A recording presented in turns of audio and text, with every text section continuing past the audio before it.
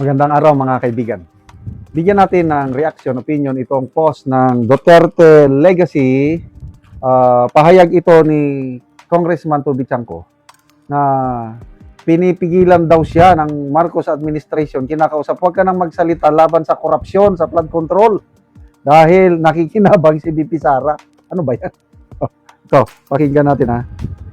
Kinakausap ako, nakakampi ng administrasyon, tigilan mo na yung flood control scam kasi nakutinabang si Sara. Anong klaseng pag-iisip nyo? Magpubulag-bulagan tayo sa nakawan dahil lang may magbe-benefit. If ever nagbe-benefit siya, if ever, is because wala kayong napapakulong, siyempre mapufrustrate yung tao. Kung na-frustrate yung tao, baka nga hahanap sila ng ibang kikilingan. Isa lang naman si Sara doon sa pwede nilang kilingan, hindi naman automatic. Pero nadi-satisfy muna sila sa inyo, kaya sila humahanap ng ibang kikilingan. Tingnan nyo kung ano yung root ng problem, hindi yung resulta nung hindi nyo na-resolve ang problema. Pag sinasabi ko yan, hirap na hirap naman silang tanggapin, nagagalit naman sila. Kinakausap ako, nakakampi ng administrasyon, tigilan mo na yung flood control scam kasi nakutinabang si Sara. Sabi, paano klaseng pag-iisip nyo? Magpubulag-bulagan tayo sa nakawan dahil lang may magbe-benefit. If ever nagbe-benefit siya, if ever, is because wala kayong napapakulong, siyempre mapufrustrate yung tao. Kung na-frustrate yung tao, baka nga hahanap sila ng ibang kikilingan. Isa lang naman si Sara doon sa pwede nilang kilingan, hindi naman automatic. Pero nadi-satisfy muna sila sa inyo, kaya sila humahanap ng ibang kikilingan. Tingnan nyo kung ano yung root ng problem, hindi yung resulta nung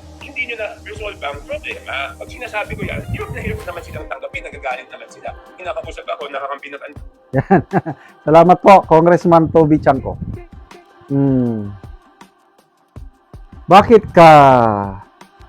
Bakit mo pipigilan yung tao na nagsasalita para labanan ng korupsyon? Ibig sabihin, yung mga kumakausap kay Congressman Toby Chanco, inaamin nila na may korupsyon at huwag ka nang magsalita dahil nakikinabang si Sara. Exactly, nakikinabang talaga si Sara. Dahil dismayado na ang taong bayan sa nangyayaring korupsyon.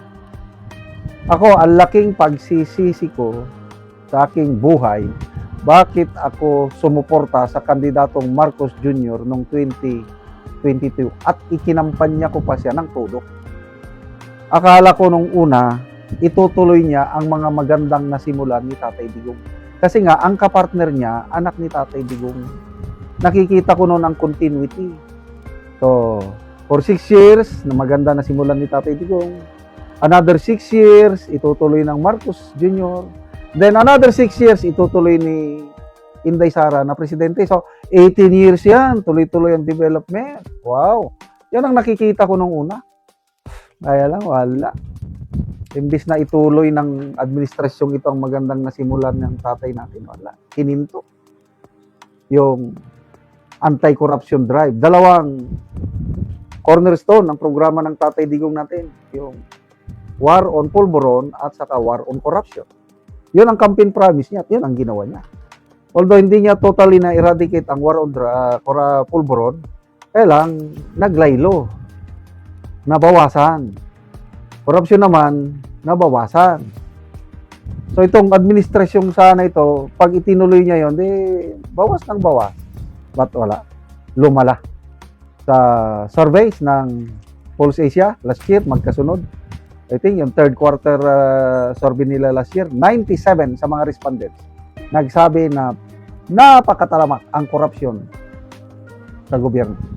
Yung fourth quarter nila na survey last year, 94%. So, halos, magkadikit lang. At ito na ang legacy ng administrasyong ito. At dahil dyan, at wala silang napapakulong. Tama yun. Kasi kung marami nang napakulong ngayon, medyo mag-iba ang equation.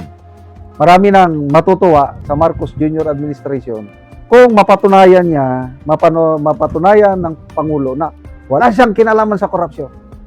Mahiya kayo. Ito, kukulong ko kayo. Kailan ba siya July last year. July, August, September, October, November, December, January, February, March. After 8 months, ilan lang nakulong? Si Sara Diskaya lang at saka si ex-senator Revilla at may mangilan-ilan pa na mga DPWH official na malilit na isda. Dilis. Yun lang.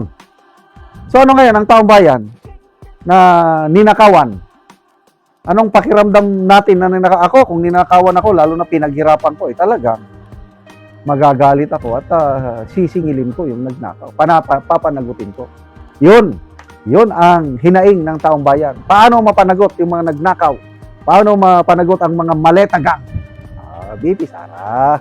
Kaya nakikinabang talaga si BP Sara itong usapin sa flood control mess o scam.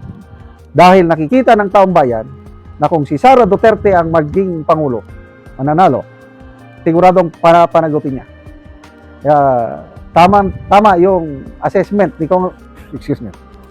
Congressman Edgar Erese.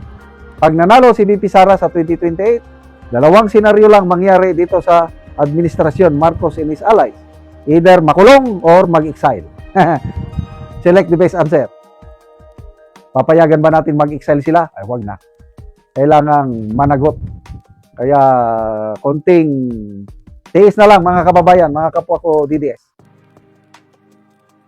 Ang ating Tatay Digong, sana makauwi na siya by 2028 at masaksihan niya ang pag-upo ng ating minamahal na BP Sara as presidente ng ating bansa.